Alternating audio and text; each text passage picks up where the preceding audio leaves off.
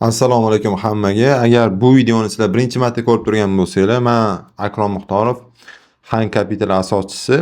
Ko'pchilikning talab va takliflariga binoan bepul darslik yozishga qaror qabul qildim.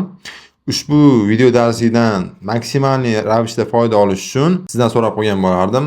Daftar va ruchkaga hamma o'rgangan narsalaringizni yozib, uyga vazifalarni qilsangiz, ancha yaxshi natija olishingiz imkoniyati ham balandroq bo'ladi. Hop, sizlardan faqat bitta qo'llab-quvvatlashsam ham bo'ladi.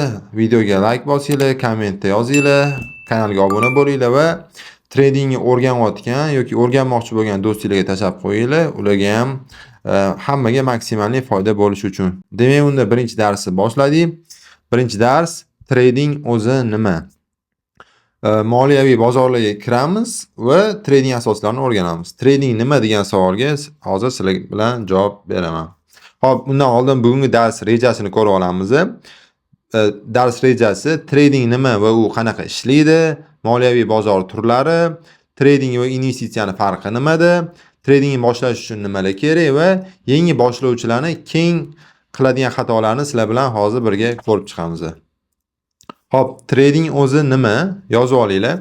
Trading bu moliyaviy aktivlardan valyuta, aksiya, kriptovalyuta va boshqa indekslar bo'lishi mumkin.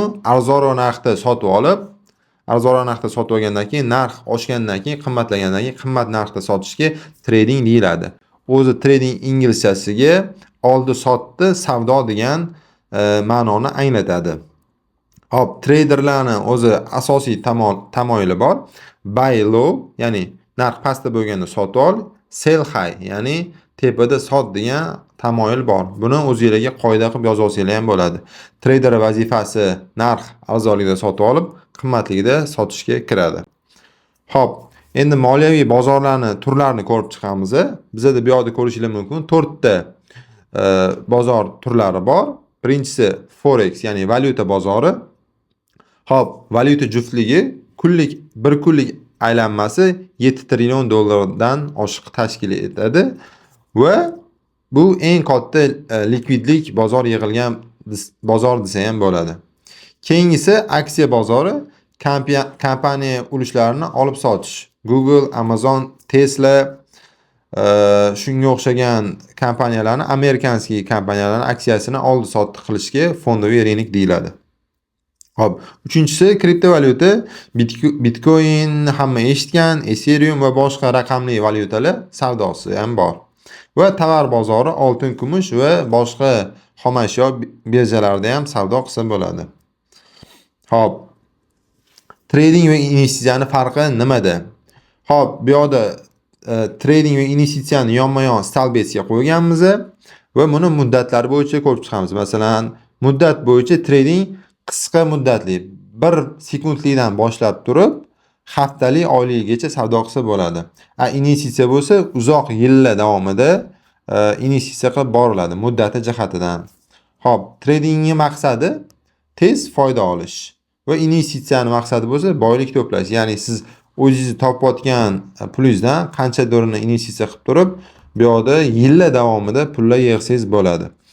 Va risk darajasi qanaqa? Trading bilan investitsiyani. Tradingda risk darajasi juda ham yuqori va yuqori bo'lgani uchun ham bu yoqda ko'p daromad qilish imkoniyati ham bor. Va investitsiyada bo'lsa risk darajasi o'rtacha. Past deyolmayman, o'rtacha.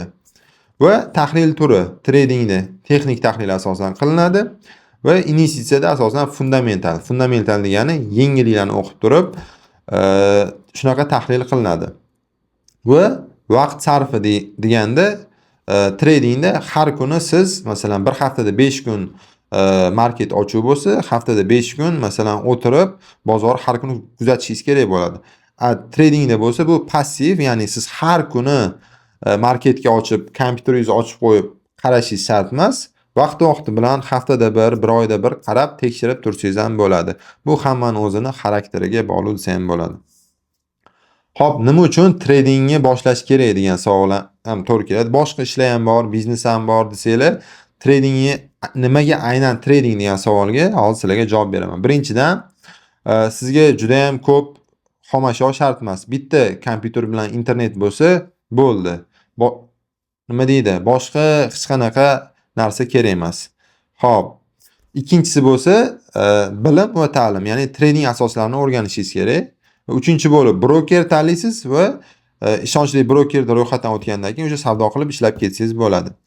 Xo'p, to'rtinchisi demo shot ochib turib, o'zingizni real shotingizni risk qilmagan holatda siz strategiyangiz ishlayaptimi yo'qmi, demoda test qilib ko'rsangiz bo'ladi, realga depozit qilishdan oldin. Va o'zingizni strategiyangizni yaratsangiz ham bo'ladi. Ya'ni hammani ham o'zini shaxsiy unikal savdo strategiyasi bo'ladi. Siz ham shuni o'zingiz uchun yaratsangiz bo'ladi. Xo'p, va riskni boshqarishingiz kerak. Qancha risk qila olasiz o'zi, qancha pulni risk qila olasiz? Tradingdami, investitsiyadami? O'zi liboy odam nimadir biznes boshlayaptimi, ish boshlayaptimi, qanchadir pulga o'zini riskini oladi. Masalan, nimadir ish ochmoqchiman, masalan, ishxona, ya'ni masalan firma ochmoqchiman va bu yoqgacha men $10,000 investitsiya qilib risk qila olaman degan narsa bo'ladi. Xuddi shu riskni siz tradingga ham qilsangiz bo'ladi. Xo'p, endi yangi boshlovchilarni xatolarini ko'rib chiqamiz. Yangi boshlovchilar agar sizlar ham tradingni boshlayotgan bo'lsanglar, shulardan juda ham ehtiyot bo'lishingizni so'rayman. O'rganmasdan real pul bilan savdo qilish.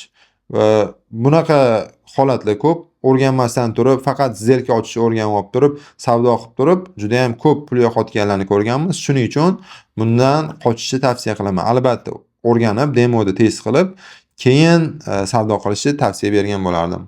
Ikkinchisi, bitta savdoga juda ham katta risk olish. Masalan, o'zi tradingga qoidasi bor. Общий depozitdan 1% gacha risk qiyin degan foydasi bor. Bizda bo'lsa ko'pchilik bitta сделкаga 10%, 20% tiqib tashlayverishadi va oxir-oqibat depozit slif bo'lib 0 bo'lib ketgandan keyin trading yomonga chiqib qoladi. Aslida bo'lsa o'zi qilgan xatoni ko'rmaydi odamlar. Va uchinchisi bo'lsa stop loss qo'ymaslik, ya'ni zararni cheklamaslik. Ko'pchilikni ko'raman, stop loss qo'ymaydi va narx stop loss qo'ymagandan keyin u ochgan tomondan teskari tomonga yurib qoladigan bo'lsa, juda ham katta zarar qilish xavfi bor. Va hissiyotga berilish, qo'rquv, ochko'zlik, endi bular tradingda ham azart bor. Xuddi qimorda ham azart bo'lgani kabi, lekin trading qimor emas va agar siz qo'rqayotgan bo'lsangiz va qanaqadir hissiyotga berilayotgan bo'lsangiz, trading siz uchun emas bo'lishi mumkin. Va tezda boyib ketaman degan kutuv bilan bozorga kirish. Ko'pchilik mana bu Instagramda ko'p daromad qilayotgan, mashina olayotgan treyderlarni kuzatib turib, ularni o'zi bilan solishtirib, men ham bir kunda mana shunday qilaman deb turib, katta risk olishi mumkin va bu katta risk qilgandan keyin albatta katta zarar ham bo'lish ehtimoli ham juda ham baland. Shuning uchun agar sizda tez boyib ketaman degan fikr bo'lsa, tradingga kirmaganingiz ham yaxshi bo'ladi. Va xulosa, hozirgi shuncha slaydda ko'rsatganlarimni bitta xulosa qilib aytaman. Biz nimalarni shu paytgacha, shotgacha ko'rdik. Trading nimaligini ko'rdik. Bu moliyaviy bozorlarda aktivlarning oldi sotisi bilan shug'ullanib, bundan daromad qilishga trading deyiladi deb ko'rib chiqdik. Va trading turlarini ko'rdik. Forex, aksiya, kripto va tovar bozorlari mavjudligini ham ko'rdik. Va trading va investitsiyani farqini ikki xil yondashuvda ko'rdik. Va boshlash uchun bilim, demo va strategiyalarni ham ko'rib chiqdik. Va tradingda muvaffaqiyatga erishish uchun sabr, toqat, intizom kerakligini ham tushundik. Demak, birinchi darsimiz tugadi. Bu darsni daftaringizga konspekt qilib yozib olishingizni so'rayman. Buni yozgandan keyin albatta sizlarga men bepul darslarni beryapman. Shuning uchun like, komment, kanalga obuna bo'lib, tradingga qiziqayotgan do'stinglarga jo'natinglar. Xudo xolisi darslarimiz hali juda ham ko'p. 20 tadan oshiq darslar bor. Bu darslarni tugatganingizdan keyin sizlar xudo xolisi o'zingizlar mustaqil savdo qilsanglar bo'ladi. Hech qayoqda o'qishinglar shart emas. $1000-$2000 kimdirlarning kursini sotib olishinglar ham shart emas. Xudo xolisi shu darslardan foyda olib, savdo qilib, pul topib ketsanglar bo'ladi.